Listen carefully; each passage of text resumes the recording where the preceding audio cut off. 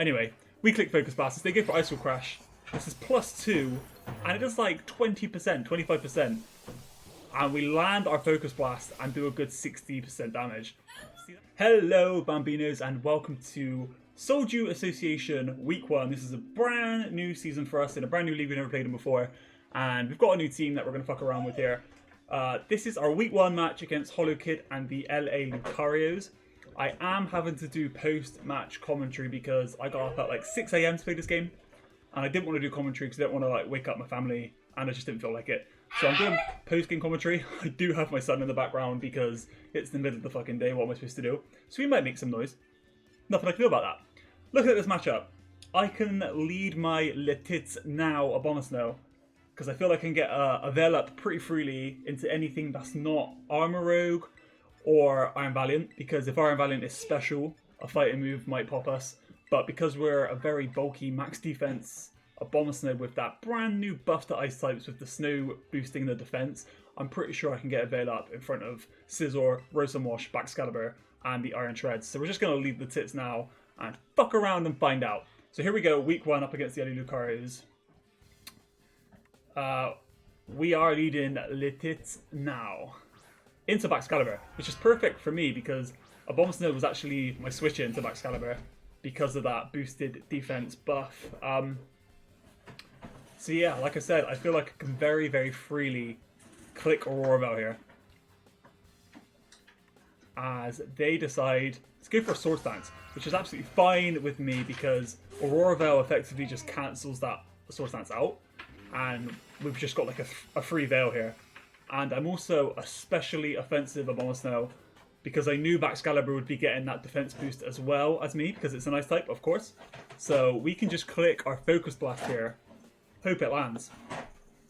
He's got a balloon. Oh my god. Anyway, we click Focus Blasters. They go for Ice Wall Crash. This is +2, and it does like 20%, 25%. And we land our Focus Blast and do a good 60% damage. See that kind of damage? That kind of damage from Baxcalibur is crazy. +2 with that attack stat. Abomasnow was such a beast now. Such an underrated beast. They switch out now. I think I clicked the Blizzard because I wanted to predict something coming in. It's Armor Rouge, not going to do a lot, but Blizzard would have still killed that Baxcalibur from that range, rather than clicking another Focus Blast. So we get a tiny bit of chip on this Armor Rogue, and now I think we're pretty free to switch into one of our switch-ins here. And I'm pretty sure it's going to be Tinglu, because with the Veil up and with that Vessel of Ruin, this thing's going to be doing no type of damage to us. So Letits now comes back, and out comes Ting Louis the 14th. And like I said, with that Vessel of Ruin ability, the damage output is limited here. An Armor Cannon goes off and does like nothing, like 10% if that. That's a 120 base power attack coming off of Armor Rogue. That's pretty crazy. Pretty crazy with the Vessel of Ruin and the Aurora Veil up. I'm pretty sure I can just quickly get my rocks up here. Like, nothing really comes in that super threatens me other than maybe Rotom. I can't touch Rotom, I just have to Whirlwind it out. So I can just get some hazards up pretty freely here as Armor Rogue does switch out. I didn't want to EQ in case it was one of those like bulky weakness policy weak armor sets. So I'll just get some hazards up for now until it's in range of an EQ. And Treads comes in, which is fine with me because this doesn't really threaten me either. And I can just click EQ, get some damage on this thing, which is great for like a Quaquable endgame, I guess. And Armoth. So one Earthquake here. As they do Rapid Spin just to get rid of those rocks immediately. Obviously that damage is completely negligible. As we get some Earthquake damage off here. But this Treads absolutely takes that like a champ, and I think I calc right here that has to be like max defense. There's no way it takes less than half unless it's like max defense. We don't see any item on it either, so I just want to get my rocks back up. I'm not too worried if this thing wants to stay in. Doesn't really threaten me. They can keep clicking Rapid Spin, sure, but they decide to knock off my lefties, which is a tad bit annoying, but not the end of the world. As we get our rocks back up, and they're going to want to spin them again. This is his only removal as well, actually. Things to consider here. So if he wants to spin again, we're just going to get another meaty EQ off. They do just get their own rocks up, though. just slightly annoying because I didn't have spin, I've only got defog. So if I want to get rid of them, I have to get rid of the hazards I've set on their side too. But Eco goes off, puts us into the deep red. Our Veil wears off, but that's not too much of a problem right here. I want to click Spikes, predicting him to rapid spin away the rocks. So I'll still have a hazard up no matter what after this turn. They could also go into the Rotom because I can't touch the Rotom. Oh, he's got lots of stuff in the background you might be able to see. Rotom does come in. It's going to take rocks. Yep, it's not boots. It's going to take rocks. As we do get up another nice little layer of spikes. Now, unless that treads is heavy duty boots, I'm pretty sure it dies on entry. So these hazards will be staying up for good unless that thing is heavy duty boots. We see the lefties on the Rotom. It's probably a bulky variant. I see that I've got the rocks up. And they've got rocks and spikes on their side of the field. I can go into Latits now, because I wall this thing pretty nicely. Oh, Lord. Anyway, Latits now is back in. We're going to take rocks, because we're light clay, not boots. So that's unfortunate. So we're going to take a decent 25% there. But the hell goes back up. They go for a Will-O-Wisp. Not the end of the world. The chip is pretty negligible, and we're a special set, so it's not affecting our damage output. But I'm very confident in just clicking Veil again here, I'm pretty sure. They're just going to want to Volt Switch out, or maybe even Hard Switch out. And we can get a free Veil up here for another 7 turns at least, unless they've got like Brick Breakers or Defog. Yeah, I get the Veil up here.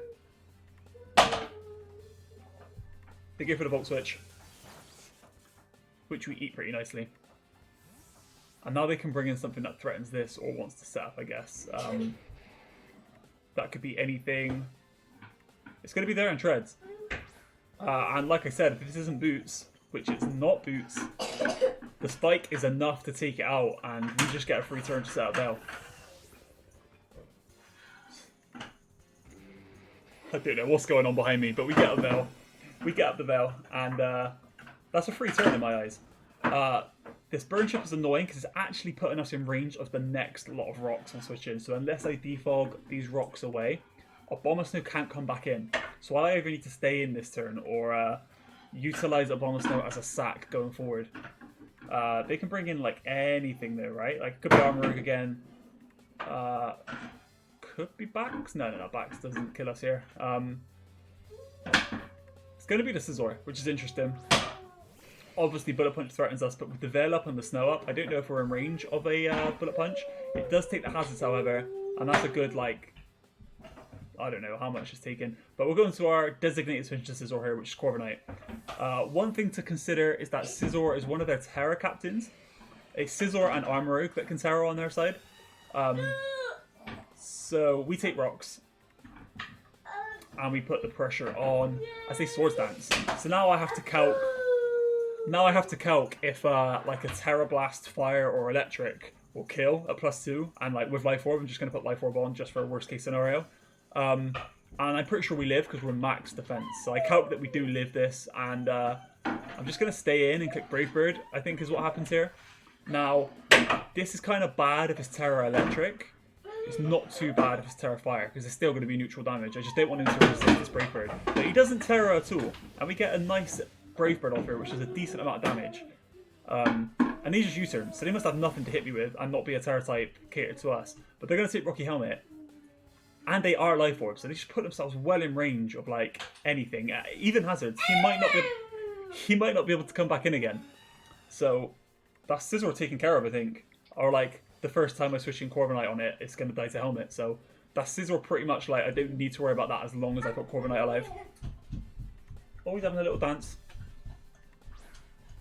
Anyway, Rotom comes back in, takes the rocks, obviously threatens with a Volt Switch. I think this is the point where I actually realised while playing that Abomasnow will not come back in on rocks.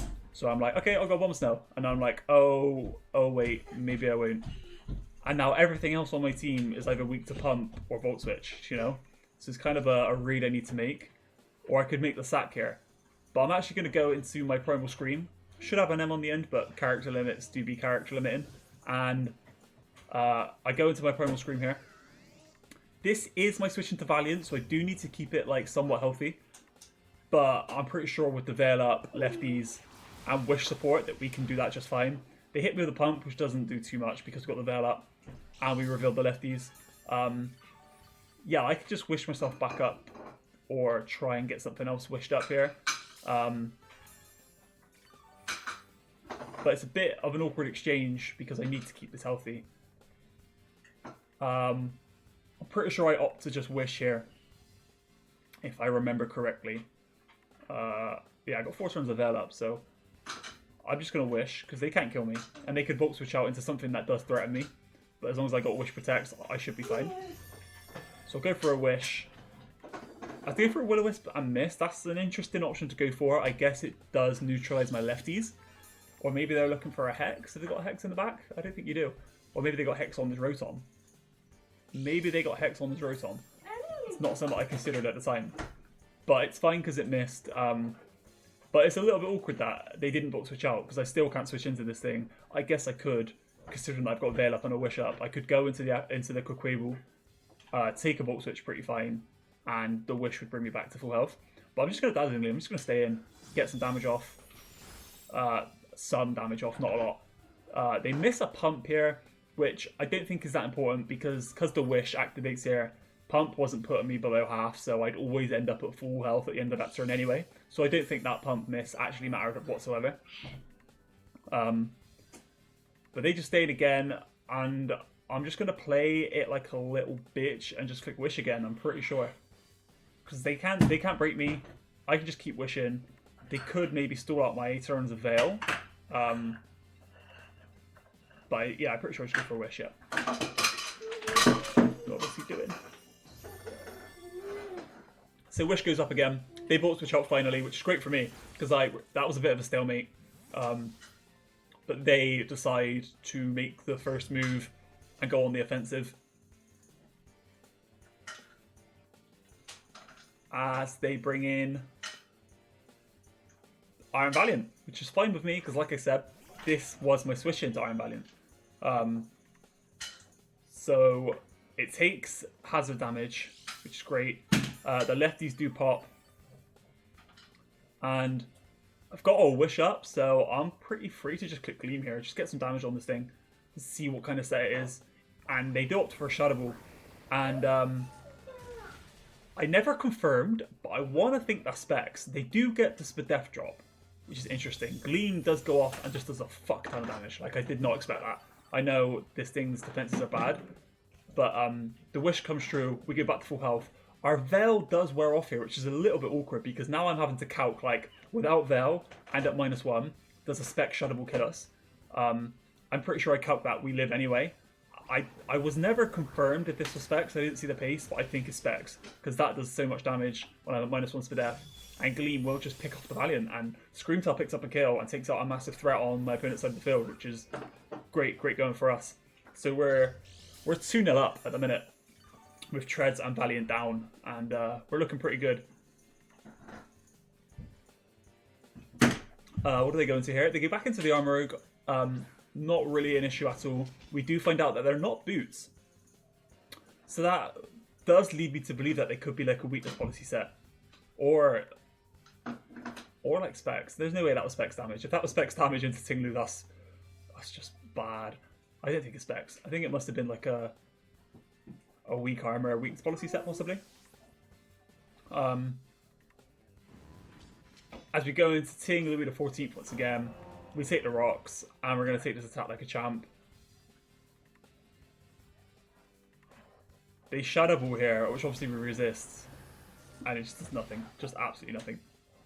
No Spadef drop this time though, which is nice. Seeing that it's not boots, I opt to go for a Whirlwind, because it would just take so much damage coming in again, but they actually Terror right here, which is kind of huge. We'll see later. They are Terra Grass. So they'll be taking less chip from the rocks next time that they're in, but we will be getting a Whirlwind out here. And there's no way they kill us here, even if they are Specs, which they're not, we find out, because they change move here. They go to Energy Ball from Shadow Ball. Terra Boosted Energy Ball isn't a 2-hit KO. We do live another one of those, but we Whirlwind it out anyway. So that's going to take a bit more chip next time it comes in. And something's forced in here. My opponent doesn't get to pick. Something comes out. and it's a Scizor, which just dies to hazards, which is hilarious. And now Tinglu picks up a kill via hazard again, and that's 3-0 up now. Looking very, very good. They've got Rotom, Baxcalibur, and Armarouge left. They bring in the Baxcalibur, which has taken a lot of damage from turn 1, and we see that it's actually heavy duty boots, so it doesn't take the hazard chip. I'm now looking at what my stack could be here. It might have been an idea to keep Tinglu around, but I think after rocks, I don't take an energy ball anyway. So I'm pretty sure I decide to sack Tinglu here, because Abomasnow dies to rocks. I just go for an Earthquake in case they get greedy and go for like a Swords Dance again. They just like to crash Despair and they take a kill, and Tinglu goes down. So Baxcalibur picks up a kill and Tinglu is down. Like I said, after rocks, I don't take that energy ball anyway, so Tinglu wasn't really going to do anything for me anyway. I start calculating whether Greta Mottenberg can come in and start sweeping, and I'm pretty sure it can, because we know this isn't Assault Vest. We know this isn't Roselli Berry, because it's Boots. We know it's Boots. So Dazzling Gleam should easily pick up this kill, because we've got such high special attack. We are Boots, so we don't take the rocks. And Dazzling Gleam goes off, and Baxcalibur goes down. So that's a kill for Greta Mottenberg. And now they've got the Armarouge or the Rotom left. In comes the Rotom. Knowing that this is a bulky variant, seeing the damage it's taken so far, there's no way that Hydro Pump kills us. We live a max special attack Hydro Pump, just about. So I go for the Energy Ball here, which doesn't pick up the kill. Like, that should kill unless it's like very bulky. So it's obviously very bulky. Pump does miss, which is unfortunate. But like I said, that never kills unless it crits. Obviously a crit could happen. But that pump miss, it doesn't really change anything unless it crit, because I'd always live it. I'd always kill it this turn with an Energy Ball. And now that answered our last mon. So Armarouge is all that's left for us here, and we've got 5 mons left. It's a 1v5 for Armarouge. I'm starting to calc here, because I can't click Fiery Dance in case it's Flash Fire. I don't want to do that in case it's Flash Fire. So I'm looking at Energy Ball and Gleam, and my calc is telling me that Energy Ball actually does more because they're both resisted. Energy Ball's a higher base power, so Energy Ball should go first, do more. But what I didn't do is account for the fact that it's Terrad. On my calc, it's still a Fire type. So Dazzling Gleam would have killed. Energy Ball doesn't. Dazzling Gleam would have killed, and Psyshock just picks up the kill on Moth. If I had just like concentrated a little bit and remembered that it's Terrad, Gleam would have picked up the kill there, and that would have been a clean 5-0 win. But I messed up. That's why you don't trust your calcs, folks, because things like that happen. You don't change the Terra, and the calcs lie to you. So now I got to go into this. I should be faster because there's no need for him to be max speed. Absolutely no need. Looking at our speed tiers, he doesn't need to outspeed anything. Quick was always faster than it. So I just go for the Aqua Step here, potentially picking up the kill. But it turns out he is max speed, and he just Psyshocks us and kills us. Now, I'm an idiot for another reason here. I could have Terra'd. Quaquaval is my Terra captain. I could have gone Terra Electric. I could have lived that Psyshock, and I could have killed it right there for a 4-0. But now I've made life hard for myself, and I'm like panicking. I'm like, fuck, does this thing reverse sweep me? It's going to kill Corviknight with a fire move. Abomasnow dies to rocks. And I'm like starting to calc, shit, does Screamtail live a Shadow Ball? Does Screamtail live a Shadow Ball? I'm panicking real bad. And then I remember that Screamtail is actually fast as fuck. Just because it's this bulky piece of shit, I forget it's got a very decent speed stat. So I should be able to bring it in here and just pick it off with a Gleam safely. Hopefully. Otherwise, things get bad. So I have to go to Screamtail and just click Gleam. I'm faster. I'm always faster. There's no way it can outspeed me with the speed that I've got on this. And Gleam goes off and picks up a kill. And Screamtail saves the day from my 2 fuck-ups with Iron Moth and Quaquaval. That should have been a 5-0. It really should have been a 5-0. But I got comfortable, lapse in concentration. You know, I was 5-1 up and thought I had this, and I forgot a few things. But we do take it 3-0. A win's a win. And we go into week 2 of the SDA with a comfy little win. And that's going to have to do. You know, it could have been 5-0, but I'm an idiot. So leave a like, leave a comment of what you thought of the battle. And next week we should be back to live comms for our game against the Seattle Sigilyphs, which is a fucking weird Mickey Mouse ass mirror match. Because they're from the other draft pool and we've got a few of the same mons. But it should be fun. And I will see you guys next week.